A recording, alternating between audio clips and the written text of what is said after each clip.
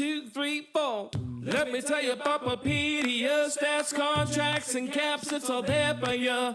One-stop shop for your hockey information. It's a hockey sensation. So log on, log on, log on. If you give a puck, go to PuckPedia.com. Welcome to episode 18 of the PuckPedia Hockey Show.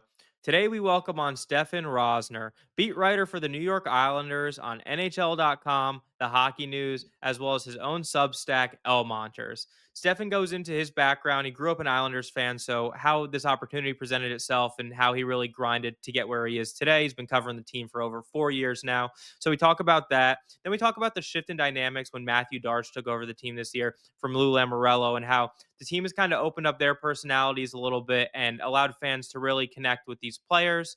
We talk about the Islanders this season too. They're 13, 10, and 3, 29 points on the season, just outside of a playoff spot, having a good season. So we get some good stuff on the Islanders' current state of the team, their salary cap picture, and their draft capital. And then we talk about Matthew Schaefer, the item everyone wants to talk about. This kid's just been unreal from day one. So Stefen really gives us a good insight on his off the ice things that he's working on, but also, why his play's been so good on the ice. Then we wrap up talking about Stefen and PuckPedia and how people in the media use this resource to explain to their audience, why GMs are making certain moves and really kind of understanding the CBA and the salary cap picture and how important that is for someone in his position. So great episodes with Stefen, and without further ado, let's drop the puck. We now welcome on a very special guest. It's Stefen Rosner, kind of doing a bunch of different things for the New York Islanders. He's got NHL.com. He's got his own Substack, the Elmonters. He's also doing stuff for the Hockey News. Stefen, how you doing today? I'm doing great. Thanks so much for having me. Really do appreciate it. No, thank you for taking the time. And I think for us, the media aspect of things is also equally as interesting because sometimes we get, former execs, agents, players, and sometimes, they tell really good stories, but then you get the media side of things where there's also really good stories. And I think that's kind of the goal of this show, is to kind of bring all of that together. Yeah, no, I love what you guys are doing. I'm a big user of PuckPedia, so I'm really excited to do this. Yeah, and we'll talk about that a little bit later, kind of your use of PuckPedia's website in the media space. But let's take it back to the beginning before we kind of talk about the New York Islanders this season. So as Seth, our producer, was telling me, he also produces your Elmonters show. And he was telling me that for this kind of job is just really awesome for you because you grew up on Long Island, not in Long Island. I want to be very clear, on Long Island. And basically, you grew up an Islanders fan, and now you're in your 4th season covering the team. So kind of walk us through maybe your story a little bit, how you got started and what it took to kind of get where you are now. Yeah, so I grew up about 15 minutes from Nassau Coliseum, so I lived there. That was something where I was there, whether it was my dad, by myself going to games. I just loved being at the arena, around the arena. And as I got older, I played hockey. I obviously loved the Islanders like everyone else on Long Island outside of the diehard Ranger fans that kind of take over a little bit. High school was great when the Islanders beat the Rangers, and you didn't want to go if they lost. That was going to be a tough, not just tough day, a tough week or whatever until they played again. And when I was deciding for school and college, I knew I wanted to work in hockey. So I did sport management, went to SUNY Cortland, upstate New York, but I didn't really know what sport management was. I knew it had the word sport in it, and I like sports. So I was like, okay, let me see what I can do. So I took one sport journalism class and one sport podcasting class and said, you know what, this is what I want to do. And I unfortunately graduated during COVID. So I didn't actually get to walk at graduation, which I'm fine with, but I lost an internship because of COVID. So I just started DMing as many Islander blogs as possible and saying, hey, I just want an opportunity. Probably 8 or 9 of them didn't respond. One did. And from there on, I just worked, and I'm very fortunate to get where I am today, but it's been a crazy journey. I think if you told me if I was 10, 11, 12 years old that you get to cover the Islanders and you're in the room talking to Barzal every day or Sorokin, whatever it is, I'd tell you go fly a kite. So it's been really cool. I definitely don't take any of it for granted. And I do a lot of stuff, whether, like you said, the hockeynews.com Elmonters, because I think being a fan, I cold turkeyed the fan right when I got credentialed. That just makes my life easier. But I think I understand from the fan perspective what you're looking for, what things intrigue you. So I've kind of used that for the Elmonters, where to be like that one-stop shop for anything fans would be wondering about, whether it's what music the players listen to before going to games. Little things like that, where maybe like the basic news story is not going to cover that. That's kind of what I try to get in on. Yeah, and I think I love that because with the Elmonters, you're kind of in full creative control and you're really shaping the narratives and the stories that you want to tell. And it's not, some higher up from a different company kind of forcing it on you. And I think that's what's really interesting to me. One question that kind of triggered from all that you're talking about here is obviously the Islanders are having a pretty solid season. They're only sitting a couple points outside of a playoff spot right now. But my question is, when things aren't necessarily going well, like maybe in the past couple years, how hard is it for you as someone who's covering the team to, maybe in some of these press conferences with the coaches or players, like ask those tough questions that, the team might not like to hear that. So like if they're going to be protective of their players and everything, and you don't want to ruin those relationships, but at the same time, it's your responsibility because the fans are going to be all in your mentions and really kind of wanting to know that information. So how do you balance it when it's, not going as well as it is sometimes? Yeah, it's a great question. I think a lot of it is, like you said, there's fans that say, tell so-and-so why they suck. Or like, obviously, I'm not going to ask that question. One, because I got to face the music the next day. Two, you do build relationships. I don't want to say it's like a game that I'm playing because, again, our job is to get the answers. But I think it's how you ask the questions. One of the biggest things I learned early on was don't bring up stats to the players, especially if they're negative, because one, they don't want to hear it. And two, they know. Like if you go to the Islanders and say, hey, your power play is dead last in the league, you're X for X, like, one, that's going to piss them off as the question's coming out, and they're not going to give you a great answer. So I think the biggest thing I've learned is just how you word things. It could be a negative thing you're talking about, but you don't have to word it in a negative manner. Let the players dig in. Now, a lot of players hit you with the cliches, especially if they're in scrums. But what I've noticed about these guys especially is when you're one-on-one with these guys, especially when there's no camera, they're honest. A lot of these guys don't, they're not going to throw the cliches around when it's off camera. They're going to tell you how it is. I think you look at a guy like Ryan Pulak after losses, just to pick him out, like he's going to be completely honest with how he played, how the team played. Even Patrick Waugh, maybe he's been more positive now as late because it's really hard to be negative how the Islanders have played. They've just lost. But in the past, when it's been tough, the answers aren't getting stale, I think. And also, too, it's how you then take the quotes and write your story, right? I think a lot of the pressure's on the players to give us what we need. But again, if we have an idea of how we want to write the story, let's say there's a struggle. Like, for example, today I talked to Matthew Barzal about the power play and what he's seeing on the left flank. And of course, fans love to say, why is he not shooting the puck? He's holding on for too long. I said, I just want you to give me you get the puck from Schaefer. Walk me through the first look. Walk me through the second look. Because again, it could be a negative story that power play is bad, but now I've turned it more into, well, you guys might not like what Barzal say, but this is him being brutally honest on what he's seeing. And I think that's the same thing goes like, not the same topic, but officials. I think officials should talk after games. And I don't care if they're right or wrong with what they saw, but if an official is telling me what they saw, I can be mad with the call, but say, you know what, if that's what they saw, that's what they're going to call. So I think for when things are going south, let the players dictate the answer and then obviously spin it the way you want. But yeah, it's tough when they're losing. However, we have a job to do, and it's great when you get players. And I think they value, in the hard times asking those questions. Now, when they're playing well, I think they're more willing to talk to you because, it's the worst thing we could do as writers or reporters is speak for players. And I think they remember who does that and who doesn't. Exactly. And I think that's a good point too. And I guess I'm curious too, with new GM Mathew Darche kind of into the fold and kind of revamping the whole culture. The guy's looked at my LinkedIn profile a few times, has never reached out. So Matthew, if you need an analyst on the team, here's my application to you. But anyways, how has the culture kind of shifted? You said that the players seem open to kind of talking to you a little bit more. Do you think that's kind of changed this year with, Lou Lamoriello, who was running a very buttoned up kind of ship? Do you think it's changed a little bit from the players? And I know we'll talk about Matthew Schaefer in a little bit, but his personality is just really, really good and what the game needs like desperately. So I'm curious if you've seen kind of a shift in the players this season as opposed to the last few seasons. Yeah, I've seen a shift with everybody, players, coaches. You walked into the building for the rookie camp or development camp, which I hadn't held in a couple of years, courtesy of Lou. And it seemed like a breath of fresh air. I think players, there's so many guys on this team that do things away from the rink that you would never know. Because I think Lou's job was keep it like the team. That's it. All that matters is hockey. All that matters is that.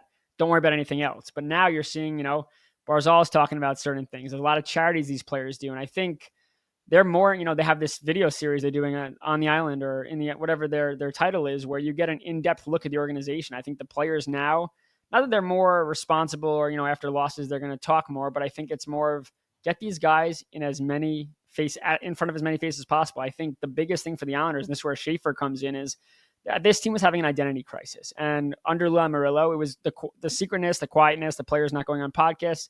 They were winning. You understood it. You said, you know what? They're winning. That's the important part. But as this team started to get stale and the wins weren't happening, fans stopped coming. And especially the younger generation, they weren't getting to connect with these players because they weren't being allowed to. And I think when you see Schaefer come in and the way he's been put in front of the fan base from day one, and the younger players who are looking up at him like he's a god and the coolest person, they want to be him, that helps with other players, getting to know Matthew Barzal more, getting to know, there's so many marketable guys. Alexander Romanov is one of the funniest guys I've ever talked to. He's hysterical. David Rittich is hysterical. Under Lou, you never would have seen that. So I think it's really cool to see the way everything's opened up, but at the same time too, that doesn't mean everything's like loose and there's no more rules that Lou had. Like there are still rules. They don't have to shave and things like that. But yeah, I think it's been really good to see the way everyone's kind of embraced being more in front of the camera and more like they've done a lot of the social media stuff that they haven't done in quite some time either. And I think that's really cool because again, when you're not winning on the ice, now we'll see how the Islander season goes. You got to keep the Islanders, the fans entertained because I think what they have to do is they got to sell tickets. And if you close everybody off from getting to know these players, why are they buying jerseys? Now, I mean, Schaefer's obviously his jersey's gone haywire. I mean, he probably leads the league in jersey sales. Maybe there's some guys that you're like, you know what? I really like that guy because I got to see him do a funny video. Now my kids on TikTok.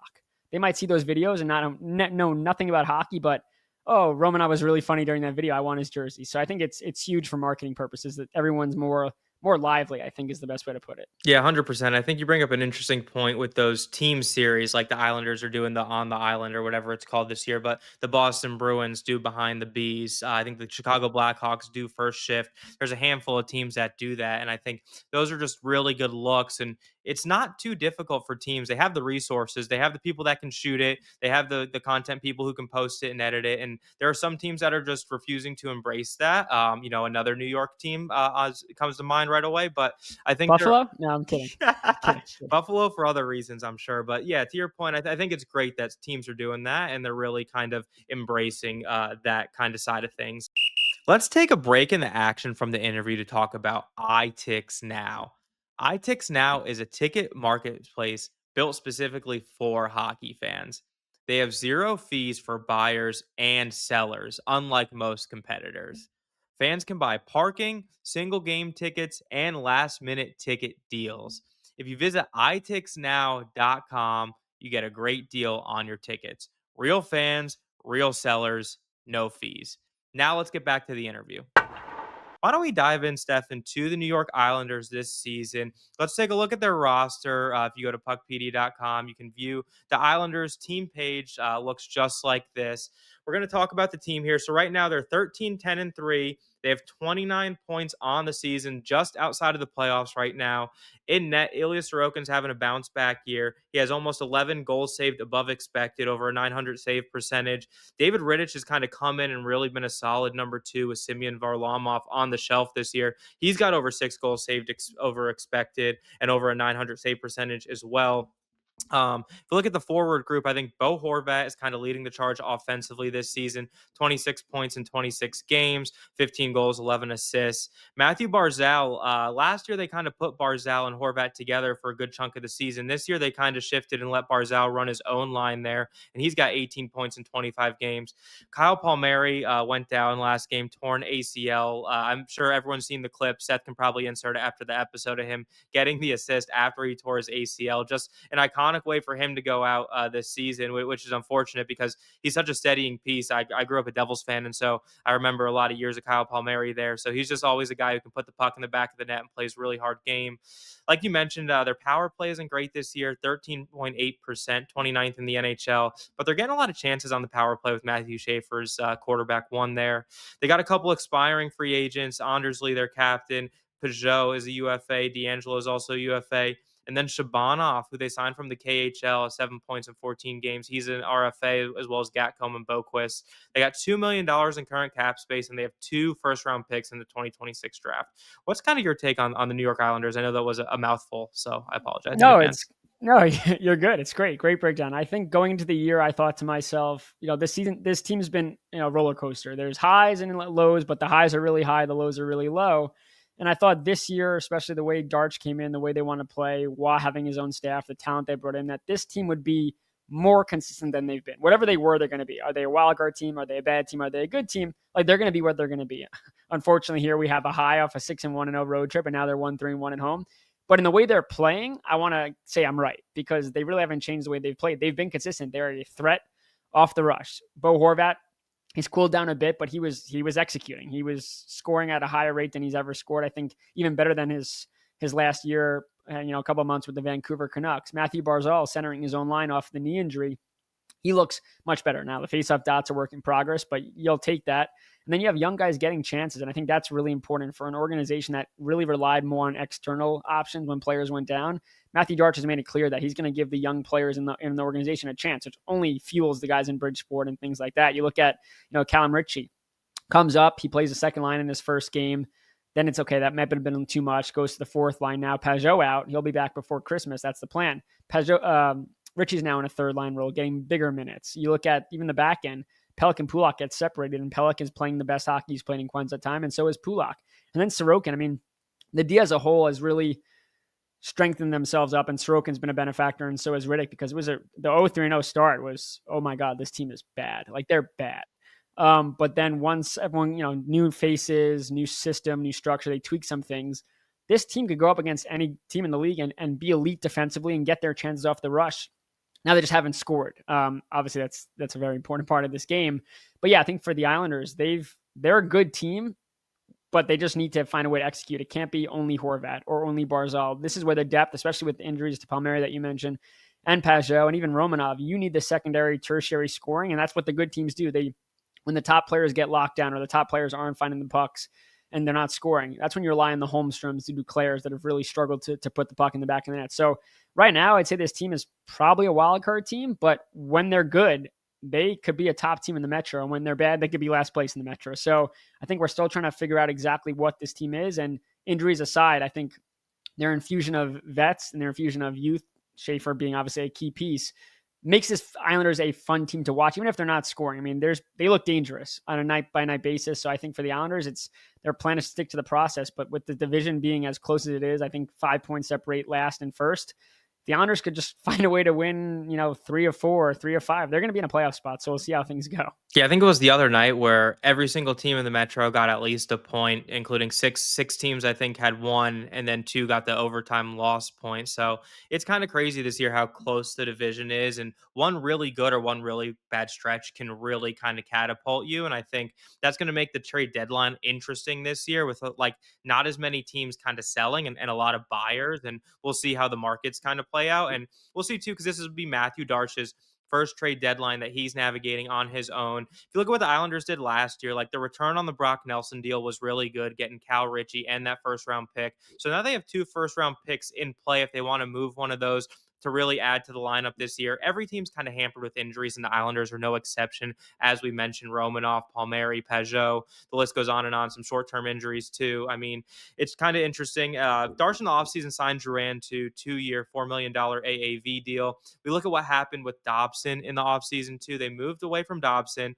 and they ended up getting Emil Heineman, who's looked pretty good so far. He has 16 points in 26 games, but then he got those 2 first-round picks, and on all accounts, he really hit home runs on both of those picks with Aitchison and Eklund, 2 guys that seem to fall a little bit in the draft. So really good value picks from there. We'll see how Darche kind of navigates this first trade deadline. I wanted to kind of get your thoughts. What do you kind of think the plan might be? I know, we're a couple months out and there's a lot that could happen in the meantime, but it seems like the Islanders' plan is going to be, if they're hovering around a playoff spot, maybe add around the margins, but don't sacrifice the long-term plan for short-term gains. Yeah, I think you nailed it. I think, the difference between Lou Lamoriello and Darche, even now, is that a couple of years ago when Pelech and Sebastian Aho went down with injuries, the next day they claim Mike Riley off waivers and they trade for Bortuzzo. This year, they have guys go down and it's calling up players and letting the young guys play. So I think that's a huge point of emphasis, because Darche would have showed his hands right away if he went externally. That would have told you that he's focused on making the playoffs this year. He doesn't trust his guys in Bridgeport, and that says a lot. And I think for Darche, it's his first year, and I think it's, other GMs that are veteran GMs are going to try to fleece Darche. I think that's the plan with any new GM, is to attack them, put the pressure on them. But I think Darche, learning from Brisebois and learning, he was in all those meetings with Brisebois. He has more of a grasp than I think maybe some outside people think, not other GMs, just fans or whatever. So I think he's going to be patient. Like you said, he wants to make the playoffs. I think every team wants to make the playoffs. And I think if they're close, he's not going to do a complete sell-off. to me, the Pajot loss, you're seeing how valuable Pajot is, and maybe it makes sense to sign him to a short-term deal. See what the market is. Obviously, if teams are offering a first and conditional second or third, you might have to make that move, especially if you believe in Callum Ritchie. But if the Islanders are, Schaefer's kind of changed the timeline. I think that's the biggest thing. You're thinking, okay, Schaefer's going to come in. Maybe he's going to struggle, play bottom pairing minutes and work, and maybe they're 5 years away from competing. And then Schaefer, the way he's emerging to legitimately like a number one defenseman, top power play guy, maybe he's going to make Team Canada. You're now looking at, well, okay, Barzal is on 28, Horvat's 30, Sorokin's 30. Maybe we could win in the next couple of years. So I think that's kind of changed Darche's outlook on this team where, again, I don't think he's going to sacrifice his long-term. He wants to have openings for Yzerman, Danny Nelson, maybe Jeffries, Quinn Finley, Eklund, Aitchison. So he doesn't want to, look at every deal he made this summer outside of Romanov. They're all short-term for a reason, because when those guys are ready, he wants them to have a chance. So yeah, I think Darche is going to see what he can do to maybe shore up the depth scoring. Obviously, they're not getting production. A guy like Sipakov's not playing much. Now he is because of injuries, but maybe they move on from Sipakov and they just try to upgrade or tweak a little bit. Bottom pairing defenseman. Right now they're Mitchell, Boquist, Warren, maybe George. Maybe he tries to go get a veteran, stable guy that could help. But yeah, I don't see them moving Pajot if they're in a playoff spot, because there's no point in trading the guy that probably is one of your biggest players in a playoff in terms of PK, defense, things like that, number one in the faceoff dot. But yeah, it's an interesting time for Darche. I think he's shown his hand so far that he's going to be patient. I think that's the right play here. Yeah, and as Elliot Friedman always says, you plan, God laughs, right? So, for example, like no one expected Matthew Schaefer to kind of take the steps that he's taken almost immediately. And let's start talking about this kid, right? That's what everyone here wants to talk about. So, I saw you did post a tweet today. I want to get this on the screen here. So, Matthew Schaefer, first off, he's second on the team in points. He's barely 18 years old right now, right? Just got drafted. Was basically only a few days away from not even being eligible in the draft last year. He's averaging 26 time on ice per night, highest share of possible ice time among Islanders defensemen. He's at 38.4% of all possible ice time he's playing in. He's playing in all situations, right? He's the power play 1 quarterback. He's playing on penalty kill 2. He's, I think, 4th in the defense on penalty kill time on ice. He's winning his 5v5 minutes. He has a 54.7% expected goal share, 62.2% actual goal share. He's clearly in the conversation for Team Canada. They reached out. They got him in the pool a few weeks back. We had a stream the other day. I picked my Team Canada team. I did have Matthew Schaefer as part of my 8 defensemen on that roster. I also had Bo Horvat in the 4th C spot as well. But yeah, we're looking at this tweet here. So he was the first teenage defenseman in NHL history to score 8 goals through his first 25 career games, breaking a tie with someone, if you guys have heard of him, Bobby Orr. I heard he was pretty good at hockey. But he's also became 3rd defenseman in league history to score 5 goals in a calendar month with Phil Housley and Orr. He tied Ekblad and Orr for 3rd most points by an 18-year-old defenseman. His 8 career goals ties Scott Stevens, Rick Hampton, 18-year-old history with Rasmus Dahlin and Zach Bogosian, also tied for 3rd.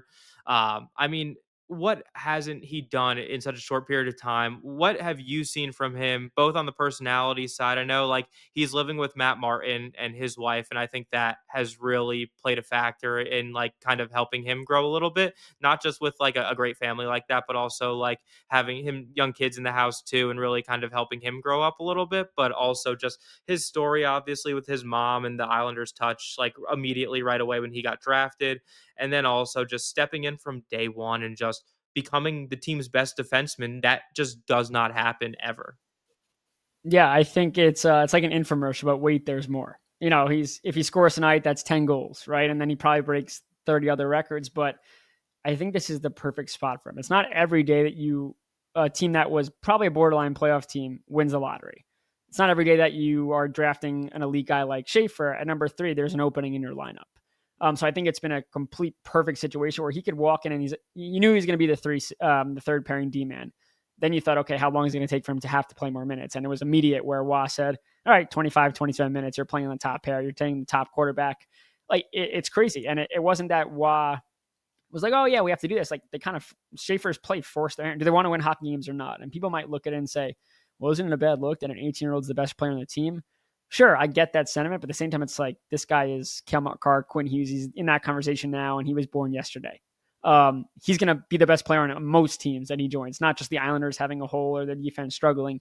So that's been amazing. Schaefer off the ice. I mean, this might not be the most mature 18-year-old I've ever seen, but the most mature human. What he's handled in his life that many people would rather never go through, and cancer has touched all of us, but losing his mom at 16, losing his billet mom to suicide, like this, he's been through a lot. And this is only 2 years since it's happened. And I think the way he's carried himself, when he talks about his mom, it's present tense. She's here. She wasn't there. So she's here right now.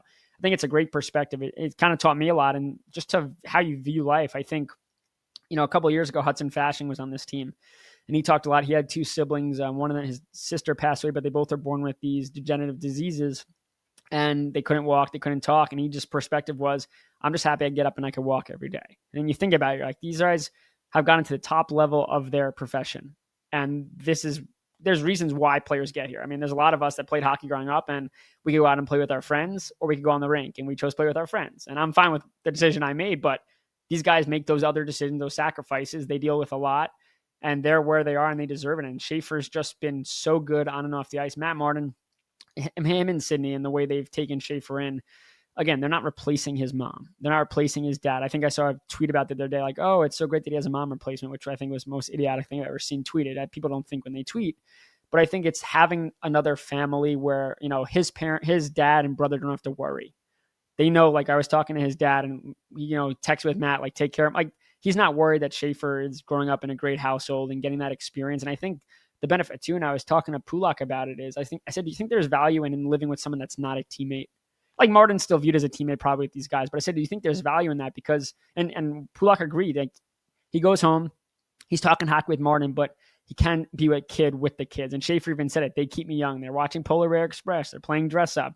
He goes and picks them up from school or dance. And he goes, I feel like, he said to Martin, he goes, I come home from a road trip. I know they're not my kids, but I want to see them. I want to be with them, and I miss them. So I think that part allows Schaefer to be a kid, allows him to get away from just the room. Whereas opposed, like, nothing wrong with him living with a Horvat or a Lee, but he kind of has that escape. And I think when you're 18 years old, not even in a new league, but you're in a new spot. I mean, he played in Erie, Pennsylvania, but he grew up in Canada. Like, this is brand new. He doesn't have a car, and God forbid he lived in a hotel. That must have been a really, lonely time. So the way the Islanders have handled him has been exceptional, but you got to credit Schaefer and his ability to be mature. I mean, I think there's some guys that have all the talent in the world, but they're not mature about it. They don't handle the media correctly, and that kind of burns them early on. And you're in the New York market. You kind of got to nail the PR out of the gate. And I think for Schaefer, he's gone above and beyond. Every kid that comes to visit, whether it's a kid who's battling cancer or a kid who lost a parent, he's going to take the time to be with those kids. It actually, when he signed his ELC, he met with a lot of kids that had lost a parent,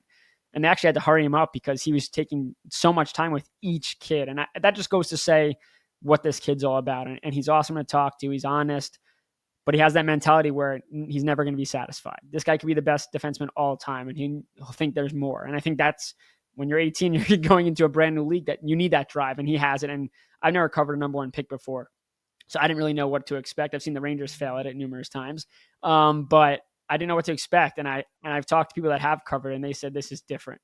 Like, they've seen number 1 selections, and this is not how they're supposed to be this good. I think Hedman took 3 years to develop. I think that, I don't know if you saw the chart, but it was like, what was Kel McCarr doing at this age? Yeah, he was in, like, his final Alberta Junior League, and Quinn Hughes was still at Michigan, like, multiple hundreds of days away from their NHL debut, and it was like Schaefer has been in the NHL for X amount of days.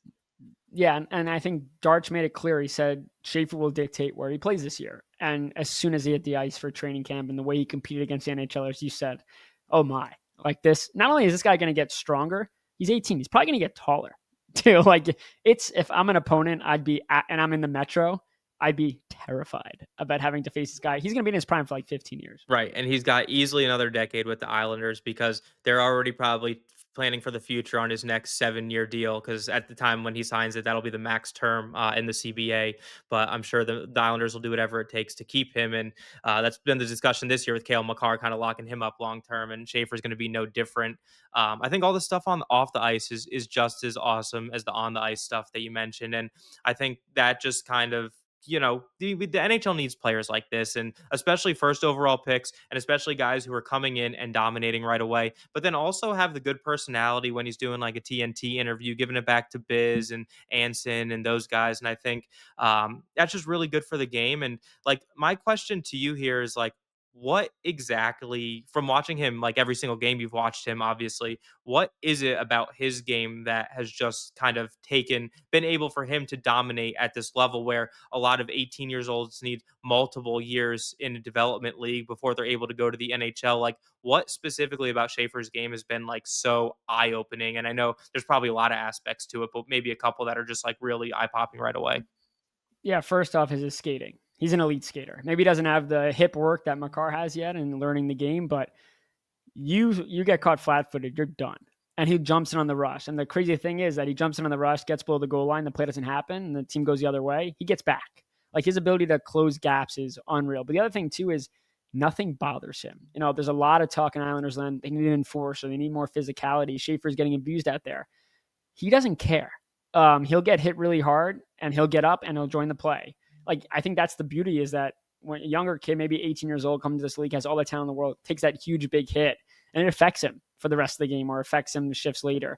Schaefer gets hit, I think he just forgets. It's like he didn't get slashed. He didn't get touched. I think he's drawn the most penalties by defensemen in the NHL this year, or in general, drawing penalties. He's a competitor. And when you have the skating, the IQ, and then you have a not giving a you-know-what about anything, I think that's great, because the other game, like Leonard, slashing him or hitting him, or he's been hit by Tom Wilson, gets back up, joins the rush, and usually capitalizes. So I think he's got all the tools to be successful. But the biggest standout would just be he's relentless. Like, when you're at practice and they're getting ready to close down a drill, he'll tell the coaches, like, give me one more run. Like, it's what you want to see from a first overall pick, but he has this desire to be the best every night and get better every shift. And I think that's something you can't teach. And that's, again, I think some players might become timid in the physicality. He's not a big kid. He's not getting knocked off the puck, but yeah, he takes a big hit. And I think it makes him better. I think it fuels him to be like, oh yeah, I think he genuinely loves getting hit, loves being part of the play. And he's always smiling too. And I think everyone takes sports so seriously, and in a day and age where there's betting and like people get mad, like, he's a kid, like, he looks like a kid on the ice in the sense of he's having fun. He's playing a kid's game. And that's what's pure about it, is he's this good, but also it's not just business. Like, he's having a blast when he's out there, and that's cool. Yeah, the most important question I have for you about Matthew Schaefer is, we're a couple months out from the Olympics, middle to early February. He just got added to Canada's pool in terms of like their short list of players. Canada will be able to probably announce 8 defensemen on their roster. Do you think that Matthew Schaefer is at a position that where he should be on that roster, is one of the 8 best Canadian defensemen currently in the NHL, which before the season, that's not even a conversation that anyone's even willing to entertain, because it's so outrageous. And now we're at a point where it's getting harder and harder to justify leaving him off this roster. And also, too, you think about it from the perspective of, if you want Canada to think about for the future, you want to put some of these guys to have this experience so that in the next Olympics 4 years from now, they use this experience to kind of fuel them for the future. So do you think he should be one of the 8 defensemen on the roster? There's so many good players. The talent pool is ridiculous in Canada, but what are your thoughts?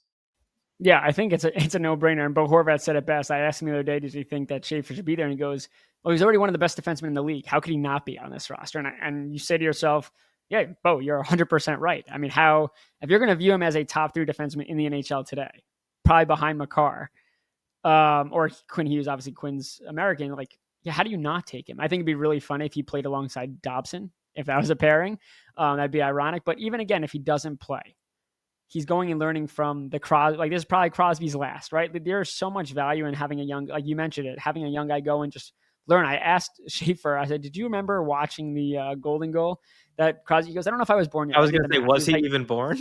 He was born. He was like 5 or 6. But I think for him, like going and just being around those guys, the best that your country has to offer. I mean, invaluable. Forget for the Olympics, to go back to the island. Maybe you pick up some certain things that make you a better hockey player. Or you pick Crosby's brain. Obviously, he's a legend. But yeah, he's one of the most talented defensemen in this league. He should be representing Team Canada. And again, too, I think it'd be different. I know USA Bill Guerin said if you can't check, you can't play. Schaefer can do, like, it's not that he's not an offensive guy only. I think people get caught up in the shiftiness. He is a shutdown defenseman. I think he has the best shutdown rate in terms of other teams getting over the blue line. I forgot the exact term, in shutting those plays down. He plays on the PK. He wants to be out there blocking a shot in the last minute. So Team Canada is not just taking this offensive guru. They're taking a 200-foot tool-side defenseman and that has 5, 6, 7 tools. And if they want to win hockey games, and he's playing in the lineup, he's going to be a difference maker on the positive side, not the negative. Yeah, I think that's a good point too. Like he's playing in all situations. He's playing penalty kill. He's out there in the final minutes of the game. Like you can't shelter a guy when he's playing, 23 minutes a night and he has 40% of the possible ice share. Like eventually And he's going. going up against the top players every team has to offer. It's not like he's going up against third line, fourth line. Like he's going up against, which would be the Matthews, Right. the Kachucks, like, and he's winning those battles, like Right. you said in the opener. So like, if I'm Team Canada, if I don't take him, then you must be biased not again towards somebody else over Schaefer, because he's done everything to earn that chance. Yeah, well, we'll see what happens. I think the rosters will get announced at the end of this month. So, hopefully Matthew Schaefer plays his way on there, which is just remarkable in itself, because when he got drafted 6 months ago, that wasn't even like a thought. He wasn't even in the top 20 or 30 in the conversation. Now it's a point where he can't be outside of the top 8. So just credit to him and everything he's done. Stefen, this has been awesome. Thank you so much. We have one final question before we kind of let you go. It's our cool bet question. If you go to puckpedia.com/coolbet, you can get in on the action today. Stay cool and bet responsibly. Puckpedia.com/coolbet. I wanted to ask you, just generally speaking, but also just talking to other media members, either on the Islanders beat or other teams around the league. A site like PuckPedia, I'm always curious from your perspective, like how valuable is that resource to you guys in terms of like understanding kind of the salary cap in the NHL? Because for the NHL, relative to other sports, I'd say the salary cap is really important, just because every single move that a team makes has the salary cap in mind. And from the media's perspective, like they have to understand at least the fundamentals of the salary cap to then be able to explain that move to their audience of fans, whichever team they're covering. And so I'm curious, like how often you're kind of on a site like that, like how important it is for you to understand the salary cap and like what you're using it for. Yeah, it's bookmarked. I'm using it at least once a day. Just I do a lot of the GM feature where I can move things around depending on injuries or things like that to see how much space. But I think Puck GM. the big Puck GM, yeah, it's especially for the Islanders over the last couple of years where Lou's been so secretive, you kind of have to figure it out yourself. Now in press conferences, Darche, who understands the cap, and obviously they have their assistant GM, like they understand, they could explain to us. But for most of us, we're just figuring it out on our own. So using the tools, seeing, well, whose waiver exemption has been a big thing for the Islanders with how many injuries they had and call-ups. Just looking at no trade clause, modified, I probably use that all the time. Like, all right, 16 team, 15 team. So I use this tool religiously. And then the great thing too is when I'll chat PuckPedia on Twitter, hey, I see what you did here. Can you explain it? And then it's such a good tool because they have experts that know what they're talking about. I think some people run sites. It's like, oh, can you explain this? No. It's like, well, then how can I trust your information being correct? The other thing about PuckPedia too is sometimes you have things before we know. Like I'll be on PuckPedia. I think it was for Ethan Berry this summer. And they had him on the roster before they announced the signing. And I was like, oh, let me text the agent now. And also PuckPedia has agents, which is also that might be the biggest thing where I'm talking to agents a lot. Well, who's agent? Well, some of that stuff's not anywhere else but PuckPedia.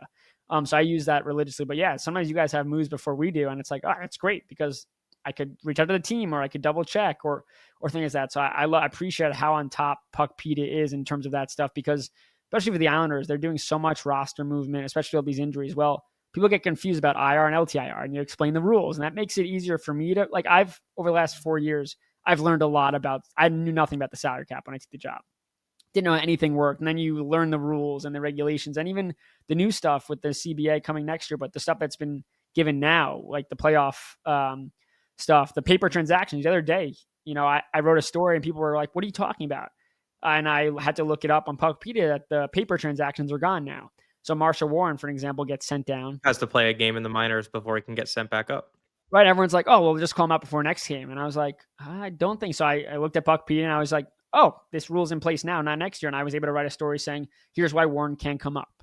Had I not had PuckPedia, I'm probably sending around false information that he'll be back up. And I think, a lot of the fan base, there was a lot of false information saying that Warren's coming back up. And it's like, PuckPedia knows. So love to credit PuckPedia. I mean, it's a game changer for us because we want to get the right information out there. And you guys seem to be the only ones that have the right information all the time.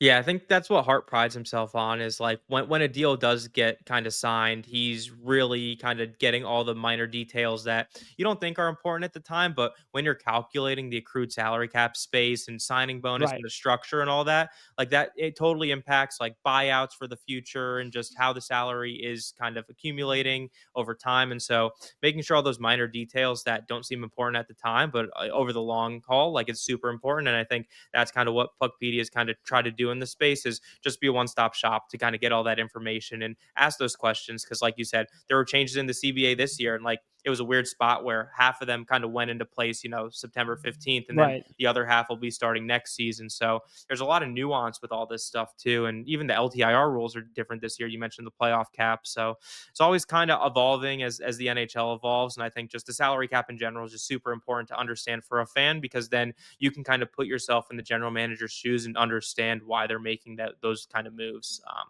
But yeah, Stefan, this has been awesome. Thank you so much. Do you want to plug anything? I know Elmonters is kind of your baby that you want to kind of probably promote. Yeah, so you can follow me on Twitter, Stefen_Rosner, STEFENROSNER, and the Elmonters.com. That's a Monday through Friday, also Saturdays and Sundays, weekly morning columns, exclusive interviews, podcasts, and such. And then you can follow me on NHL.com Islanders site and the Hockey News. Awesome. Well, thank you, Stefan. It was really great. Appreciate it. Thanks so much for having me. PuckPedia.